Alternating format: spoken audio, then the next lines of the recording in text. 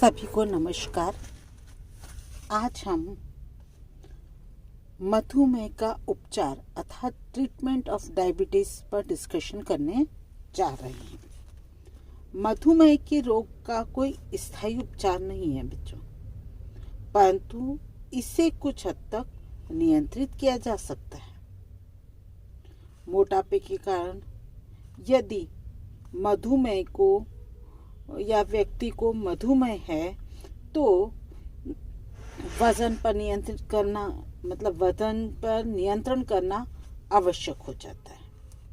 आहार में परिवर्तन एवं आवश्यक सुधार करके मधुमेह पर अंकुश भी लगाया जा सकता है, परंतु इसके लिए आवश्यक है कि रोगी स्वयं स्वस्थ होने के लिए खूब प्रयास करें तथा अपने भोजन में परिवर्तन करके ग्रहण करें और साथ ही साथ चिकित्सक की सलाह भी मानें। मधुमेह रोग पर नियंत्रण दवाइयों से अधिक रोगी की दृढ़ इच्छा शक्ति, मनोबल और उत्साह एवं संयोग पर निर्भर करता है। मधुमेह का उपचार जो है वह कुछ तरीकों से किया जा सकता है, जैसे कि आपकी डाइट या पोषक तत्व के द्वारा। दूसरा है इंसुलिन का इंजेक्शंस देकर अर्थात इंसुलिन के द्वारा। फिर खाने की दवाइयों से अर्थात दवाइयों के द्वारा, व्यायाम के द्वारा। इनके द्वारा क्या होता है, मधुमेह का उपचार हम कर सकते हैं। ठीक है। अब मधुमेह का उपचार पोषक तत्वों के द्वारा किस प्रकार से करेंगे। मधुमेह या डायबिटीज के रोगियों के लिए पोषक तत्वों की गणना करने के पूर्व कुछ बातों पर विशेष ध्यान देना चाहिए। उसमें फर्स्ट है, मधुमेह के रोगियों में मधुमेह के लक्षणों को दूर करते समय कई बार रक्त शर्करा जो होती है बहुत कम हो जाती है, जिससे हाइपोग्लाइसेमिया की स्थिति भी उत्पन्न हो जाती है। अतः इस प्रकार हमें आहार द्वारा उपचार करना चाहिए जिससे कि हाइपोग्लाइसेमिया की स्थिति उत्पन्न नहीं हो, मतलब रक्त में शर्करा की मात्रा कम नहीं हो जाए। ठीक है। दूसरा, रोगी का शारीरिक वजन भी नॉर्मल रखना। रक्त तथा पेशाब में ग्लूकोज की मात्रा कम करना तथा मधुमेह की जटिलताओं को रोकने का प्रयास करना। ठीक है। तो इस ढंग से क्या कर सकते हैं, हम डाइटरी ट्रीटमेंट करते समय इन बातों का ध्यान रखकर फिर डाइटरी ट्रीटमेंट करते हैं। अब आते हैं हम आहार द्वारा जो उपचार है उसमें सबसे पहले आहार कैसा होना चाहिए। आहार द्वारा डायबिटीज़ का जब रोग है उस पर जब हम अंकुश लगाना चाहते हैं तो एक बात का ध्यान रखना चाहिए कि आहार के द्वारा प्राप्त ऊर्जा रोगी व्यक्ति की कुल शारीरिक ऊर्जा से 5% कम हो। साथ ही भोज्य पदार्थों को निर्धारित मात्रा में तोलकर ही उपयोग में लेना चाहिए। ठीक है। अब हम आ जाते हैं एक एक न्यूट्रिएंट पर डिस्कशन करना। तो सबसे पहले कैलोरी, रोगी की लंबाई, आयु, शारीरिक वजन के अनुसार प्रस्तावित ऊर्जा की मांग से 5% कम कैलोरी देना चाहिए, अर्थात जो आइडियल वेट है उससे 5% एनर्जी कम मात्रा में करके उसको डाइट द्वारा देना चाहिए। यदि मधुमेह की रोगी का वजन बिल्कुल नॉर्मल है तथा आपने यूरिन टेस्ट में भी कीटोन बॉडीज उपस्थित नहीं है, तब इनके भोजन में कार्बोज की मात्रा कम होनी चाहिए। साथ ही दवा का उपयोग भी किया जाना चाहिए। यदि दवा से तथा आहार के नियंत्रण से ग्लूकोज का नियंत्रण नहीं हो रहा है तो फिर क्या करना चाहिए, इंसुलिन का प्रयोग करना चाहिए। भोजन में कार्बोज, वसा और प्रोटीन का अनुपात। मधुमेह में मधुमेह के किस प्रकार का मधुमेह है इस पर डिपेंड करता है। ठीक है। अच्छा, अब कोई व्यक्ति मोटापे से ग्रस्त है और फिर उसे डायबिटीज है, तो उसका डाइट कैसा होगा? तो मधुमेह से ग्रसित जो व्यक्ति है अगर मोटा है तो रोगियों के सुधार आहार से जल्दी हो जाता है।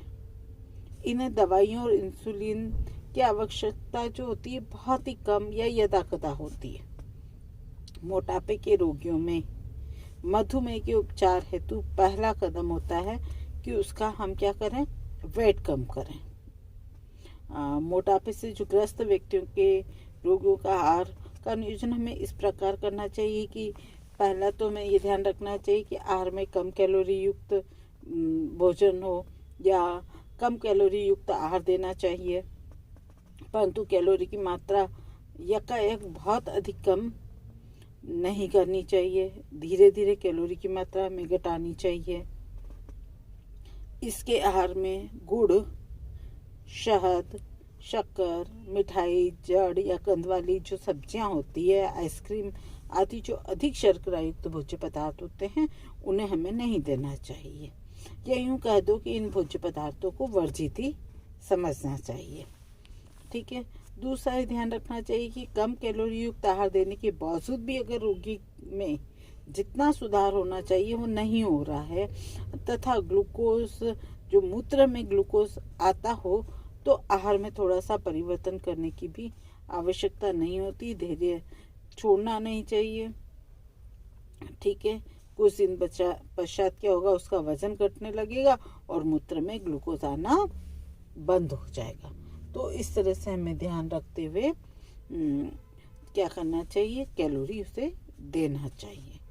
ठीक है। अब दूसरे हम आते हैं, उसका प्रोटीन कैसा होना चाहिए। प्रोटीन की मात्रा बढ़ानी चाहिए क्योंकि जो डायबिटीज़ की स्थिति में नेगेटिव नाइट्रोजन बैलेंस हो जाता है, अर्थात नकारात्मक नाइट्रोजन संतुलन हो जाता है।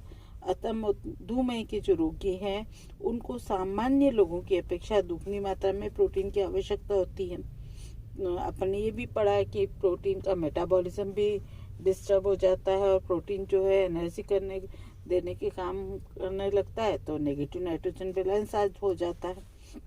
अतः जितना प्रोटीन देना है उससे डबल प्रोटीन देना चाहिए। अब आ जाते हैं हम कार्बोज पर।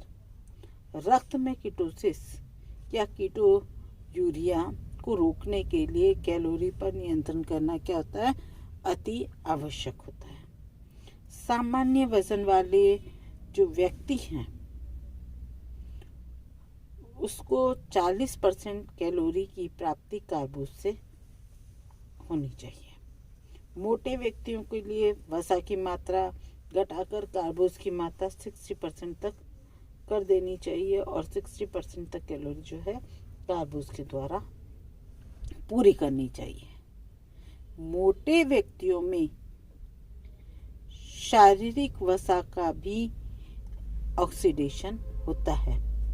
सामान्य वजन वाले जो व्यक्ति हैं उसको क्या 40 से अधिक कार्बोज की मात्रा बढ़ाई जानी चाहिए तो रोगी की जो स्थिति है वो अधिक गंभीर होने से बच सकती है। अब विटामिन्स एवं खनिज लवण। विटामिनों की पूर्ति के लिए एक मल्टीविटामिन्स की गोली उसे देना चाहिए। खनिज लवणों की पूर्ति के लिए उसे क्या करना चाहिए कि हरे पत्तेदार सब्जियां दें और साथ ही में उसको कम शर्करा युक्त फलों का भी प्रयोग करने के लिए देना चाहिए।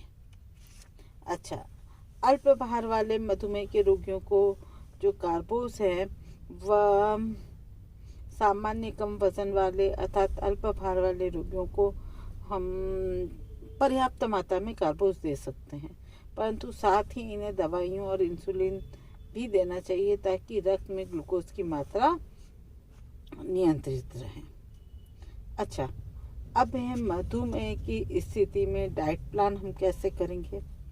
तो मधुमेह की स्थिति में दीर्घकाल तक या लंबे समय तक आहार की एक निश्चित एवं नियंत्रित मात्रा लेना आवश्यक होता है। तभी रोग पर अंकुश लगाया जा सकता है। परंतु व्यवहारिक रूप से रोज रोज तोलकर भोज्य पदार्थों की गणना करना और कैलोरीज का अनुपात मिलाना क्या होता है, संभव नहीं होता है। और वो भी जो देता है और लेता है उसे भी कष्टदायक और दुस्साध्य लगने लगता है। अतः प्रारंभ में भोज्य तत्वों की गणना जो है भोज्य पदार्थ को तुली हुई मात्रा से करने के पश्चात उसे कटोरी, ग्लास आदि से नाप कर रख लेना चाहिए, ताकि दूसरे दिन भी इसी नाप के आधार पर उसे भोजन दिया जा सके। और मधुमेह की अवस्था में कार्बोज, प्रोटीन और फैट्स का अनुपात कितना होना चाहिए, ये मैं थोड़ा सा आपको बताऊंगी। अगर बालकों में मधुमेह है, जैसे कि जुनहल डायबिटीज़ कहते हैं, उसे कार्बोज 40 ग्राम और इसी प्रकार 40% देना चाहिए। वसा भी 40% देना चाहिए और प्रोटीन जो है 20% देना चाहिए। परंतु वयस्क मोटे व्यक्तियों में मधुमेह है तो उसको 60%, फिर 20% वसा, फिर 60% कार्बोहाइड्रेट, 20% जो है फैट देना चाहिए और 20% प्रोटीन देना चाहिए। और सामान्य वजन वाले जो मधुमेह के रोगी है उनको 40% जो है जितनी भी कैलोरी दी जाती है उसका 40% जो है कार्बोहाइड्रेट से देना चाहिए, 40% फैट्स के द्वारा देना चाहिए और 20% प्रोटीन के द्वारा देना चाहिए।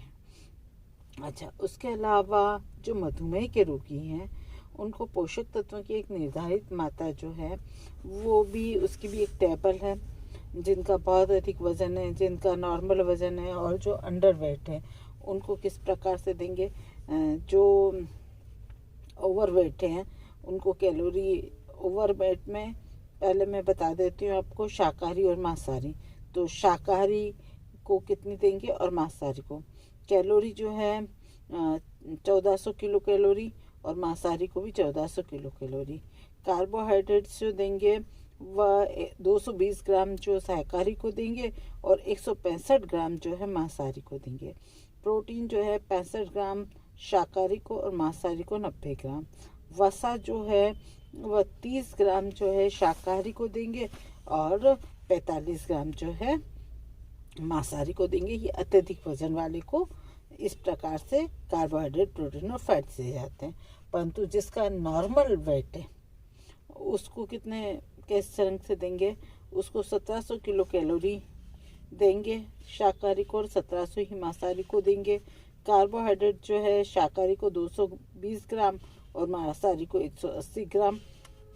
और प्रोटीन जो है शाकाहारी को 65 ग्राम और मांसाहारी को 80 ग्राम।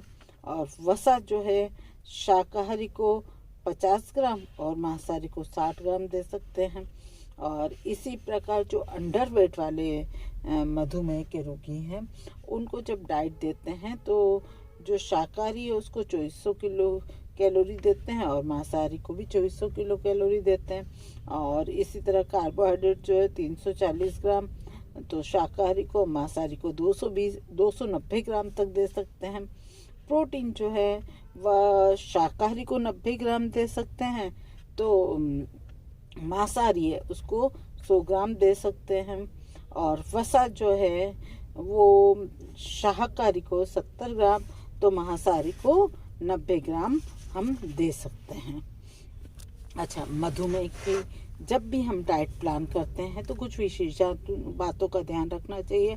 पहला तो अनाज में चावल और मक्का का उपयोग नहीं करना चाहिए।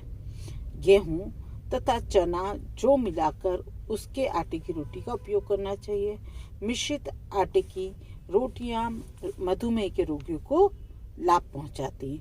मिठाइयाँ पूर्णतः वर्जित कर देना चाहिए। वे सभी फल जिसमें कार्बोज अधिक है उसे वर्जित करना चाहिए, जैसे कि केला है, अंगूर है, परंतु आंवला, नींबू, संतरा, खरबूजा, तरबूज, जामुन, पपीता, नाशपाती, अमरूद आदि का अच्छे से प्रयोग करना चाहिए। उन सभी फलों का प्रयोग करना चाहिए जिसमें 3 से 15% तक कार्बोज उपस्थित हो। शक्कर, गुड़, शहद, खजूर नहीं देना चाहिए। बिना शक्कर की चाय देना चाहिए। चाय, कॉफ़ी और कोको को मिठास लाने के लिए क्या करना चाहिए? सैकरिन का उपयोग किया जा सकता है। भोजन में विविधता होनी चाहिए। भोजन को आकर्षक ढंग से परोसना चाहिए। रोगी को क्रियाशीलता के अनुसार कैलोरी देने चाहिए। भोजन में प्याज, लहसुन तथा अन्य खाद्य पदार्थों का भी हमें सेवन करना चाहिए, क्योंकि रक्त में ग्लूकोज तथा कोलेस्ट्रॉल की मात्रा को ये कम करते हैं। ठीक है। अच्छा, भोजन में दूध, अंडा, मांस, मछली और दूध से बने पदार्थों की पर्याप्तता होनी चाहिए। इस तरह से डाइटरी ट्रीटमेंट के द्वारा हम क्या कर सकते हैं? भोजन जो है डायबिटीज है उसको काफ़ी हद तक नियंत्रित कर सकते हैं। एक है कि मधुमेह की अवस्था में जो भोज्य तत्वों की गणना है वो किस ढंग से करना चाहिए, उसके बारे में मैं शॉर्ट में बता देती हूँ कि मधुमेह के रोगियों को पोषक तत्वों की गणना व्यक्तिगत करना चाहिए, क्योंकि प्रत्येक व्यक्ति की आयु, लिंग, आयु, लंबाई, वजन, शारीरिक संरचना अलग अलग होती है और रोगियों की पोषक तत्वों की गणना जो है, आवश्यक गणना जो है व्यक्ति की लंबाई और आदर्श वजन के अनुसार होना चाहिए। इसे हम एक उदाहरण देकर समझ सकते हैं। उदाहरण के लिए एक मधुमेह का रोगी है जिसकी लंबाई जो है 5 फीट 5 इंच है और वजन जो है 70 kg है और आयु 50 वर्ष है, तो उसकी पोषक तत्वों की गणना कैसे करेंगे? तो सबसे पहले लिखेंगे रोगी का वास्तविक वजन 70 किलो, परंतु आदर्श वजन कितना होना चाहिए? 62 किलो। तो कैलोरी कैसे देंगे?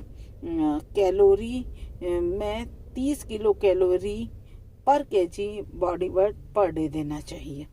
तो 30 × 62 = 1860 किलो कैलोरी पर डे देनी चाहिए।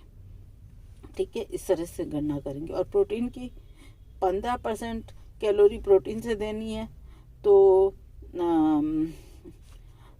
1860 × 15 / 100, तो 279 किलो कैलोरी जो है वह रोगी को प्रोटीन से मिलनी चाहिए।